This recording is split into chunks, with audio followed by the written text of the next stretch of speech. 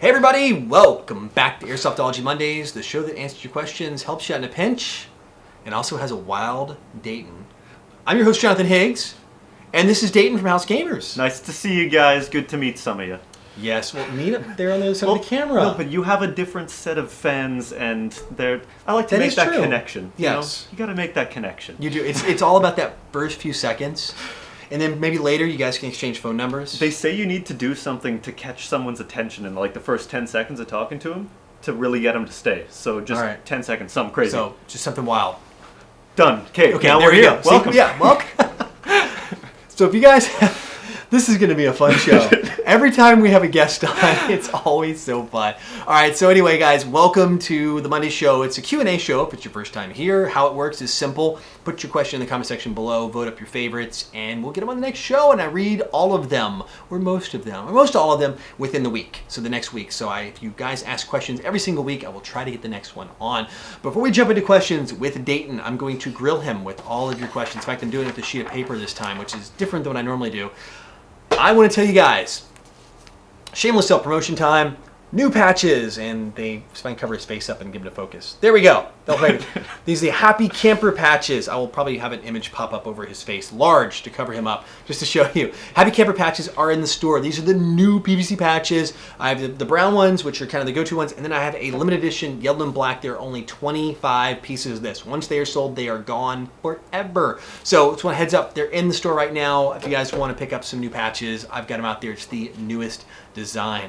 Okay, enough of me showing my wares. Oh, by the way, he's got patches in his store too. I'll put a link to his store down there below. Fun story, they just sold out. Soon we will. We will soon check out the store. We might. Who knows? It's the future now. You're a jerk. You're such a jerk. Like, I'm trying to help you out. And then I just shut it right down. Just no more. Guys, Tippmann mail call. The Real Effing Deal writes, what's the worst referee you have ever seen? Well. You want to go first? You go first. I got to think about this. All right, so I forget where I was, but actually I know where I was. I won't tell you. I won't ever give away the field. But we were playing, and his buddies were on the other team. And we actually were flip-flopping teams. I was on both sides, so I thought, man, they are cheating super bad. Like not calling hits, starting before the whistle. I mean, it was brutal, like everything in the book. And I was thinking to myself going, man, am I just watching this happen? Maybe, because you never really know if you're hitting someone, right? You think you do. Maybe you have a scope and you can watch like you do. That's why I have a scope, yeah, so you can see. Right, but when you're playing like field like I do, I'm not a cool sniper guy like this guy, that you're not 100%, you know, but you're not 100%. So anyway, I flipped teams and I kind of hung out with the same guys, and oh my god, it was so blatant. So yes, but they were people were complaining to the ref, and the ref was like, "Oh no, they're fine." And it was obvious. I found out they were buddies. They were on the same team. It was just, I think that's probably the worst ref I've seen. Yeah, mine is just, so every once in a while when I travel and play somewhere, people will recognize me even while I'm wearing full camo and everything like that. It's like they can see me while I'm wearing camo. It's spooky, right? You're famous? You're Nice to meet you. My name's Dayton. Oh my god. Do you do YouTube for a living? I do, yeah. I do BB fights. Squeak! Yeah, it's anyway, so cool. So the ref obviously recognized me, and while we were playing, he was hit checking me. And you know, 1 or 2 hit checks is fine, because it's like, you know, trying to make sure people aren't cheating. But this was 3 games straight, constant hit checking, and it wasn't very professional. It wasn't a very professional thing. Once again, I won't name the field, but it was a bit triggering. I was a little rattled. It's funny you say that, because I'm going to revise my worst ref and go with that. Because you're going to change your mind. I just am like changing that? my mind, because that's flopping. I know, over. seriously. Next thing you know, like it's just it's terrible. Man. Cats and dogs living together, mass hysteria. I was at a major milsim op, and I saw a ref do the very thing you're talking about. Yeah.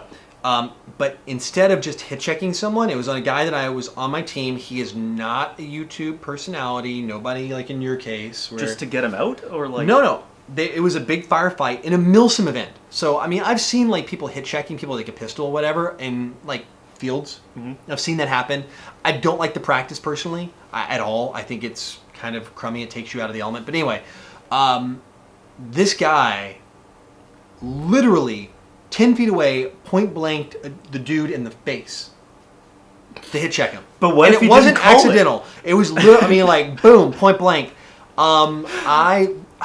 you guys know me. I'm super chill. Dayton's super chill.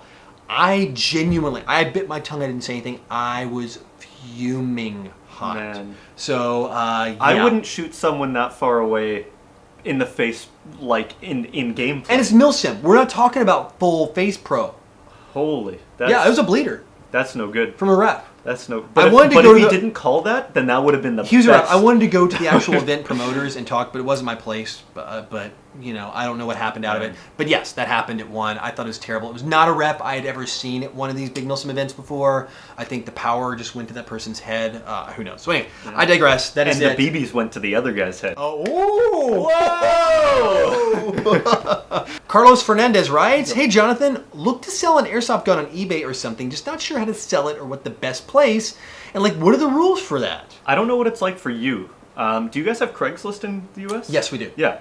Okay, so 3-step situation here. You go on the internet, step 1. Go on to step 2. You on the internet and you type out what you have. Put up some sexy pictures of you with your gun, relaxing, reclining in a lazy boy, showing that you've treated it well and it's not a roughed up weapon. Yeah. And step 3. Wait, no. Step 3 is always question marks. Lots of question marks and exclamation points. Right. Clickbait. And then step 4 is profit. Profit is step 4, but step 3 is deciding on the price. Now. Okay. The difficult thing about that is you're always going to value a gun more because you love it, or you should love it if it's your gun.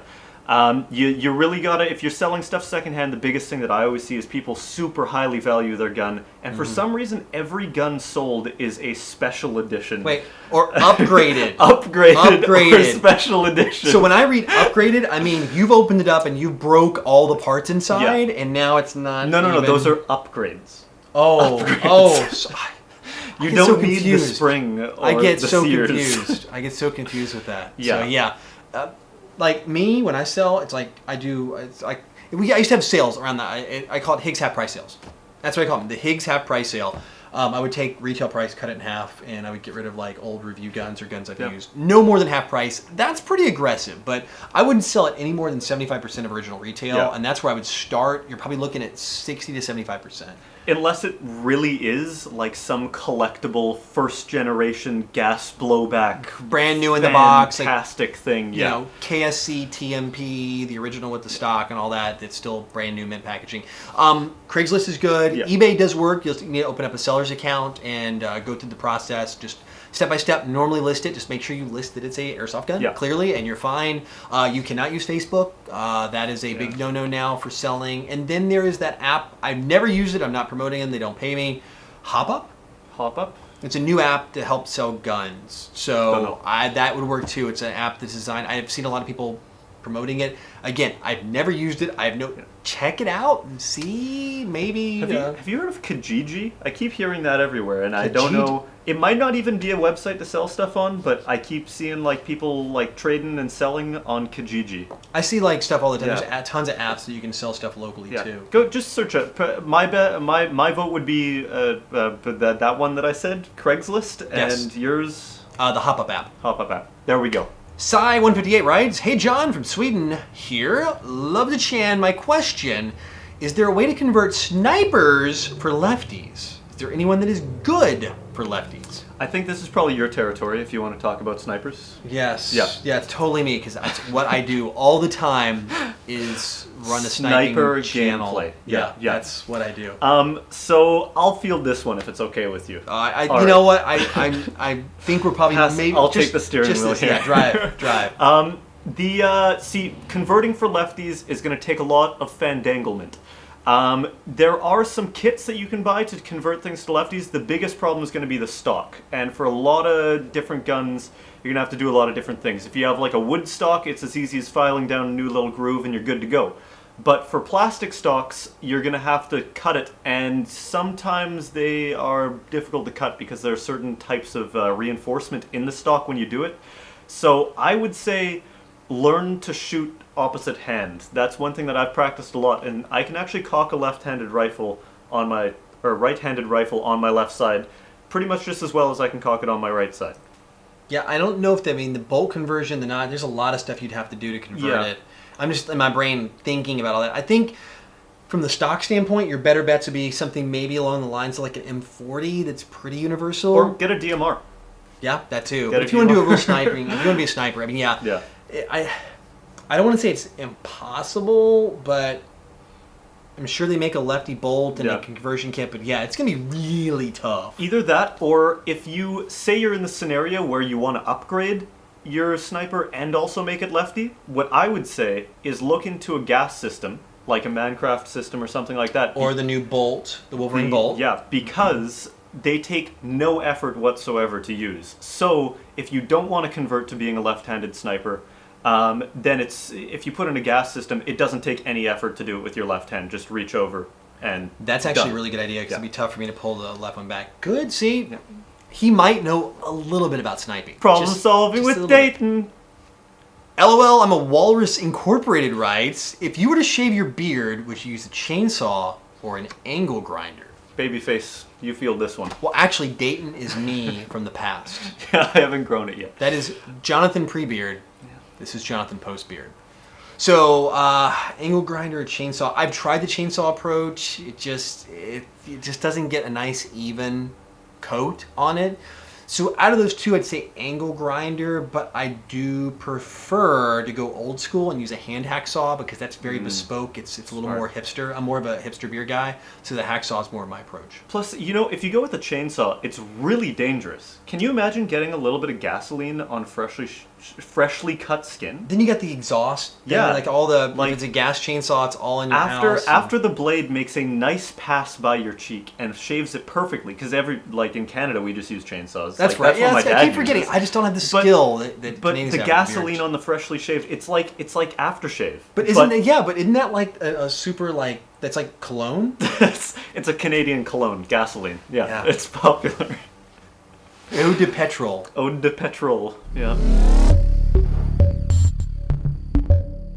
All right, guys, that's it for questions this week, which means it is time for the Code Red Headsets video recommendation of the week. And I will, again, turn the reins on to Mr. Dayton. There you go. I'm going to let him totally pick. I have no idea what he's going to say. So, recently, I've been watching a little bit of Cleanshot, and he had one video that stepped up to the plate, a 280-foot shot.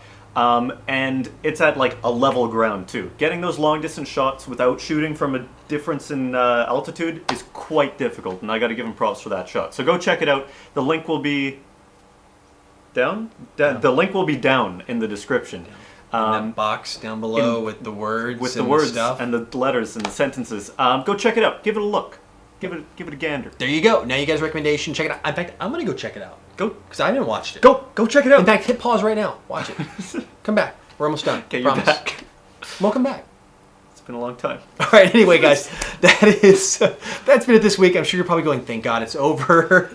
But thank you for hanging out and watching here on Airsoftology Mondays. And Dayton, thank you for having me. I'll be heading back to Vancouver now. Yeah, get on out of here, man. You just came down for this video. Yeah. Get your butt back here. Anyway, guys, don't forget to check out Jayton's channel. Over here is House Gamers. House Gamers Airsoft is the actual channel name. House Gamers Airsoft. I will, of course, have a link to his channel down below. In fact, I will put a link to his channel somewhere here on this screen. So you can just click it and just go mash the subscribe button. And then when you do subscribe, tell him I hate you, Dayton. Yeah, just put it in the comments. Any video, that's what we need. Yeah, I hate you, Dayton. Yeah. That's it. And it's Dayton with a Y. Remember to dislike. Yeah, thumbs down everything. Thumbs down. Yeah. All of it. So anyway, until next week, go out, play some Airsoft, hang out with a cool Canadian who has an awesome Airsoft channel. But no matter what you do, call your freaking hits.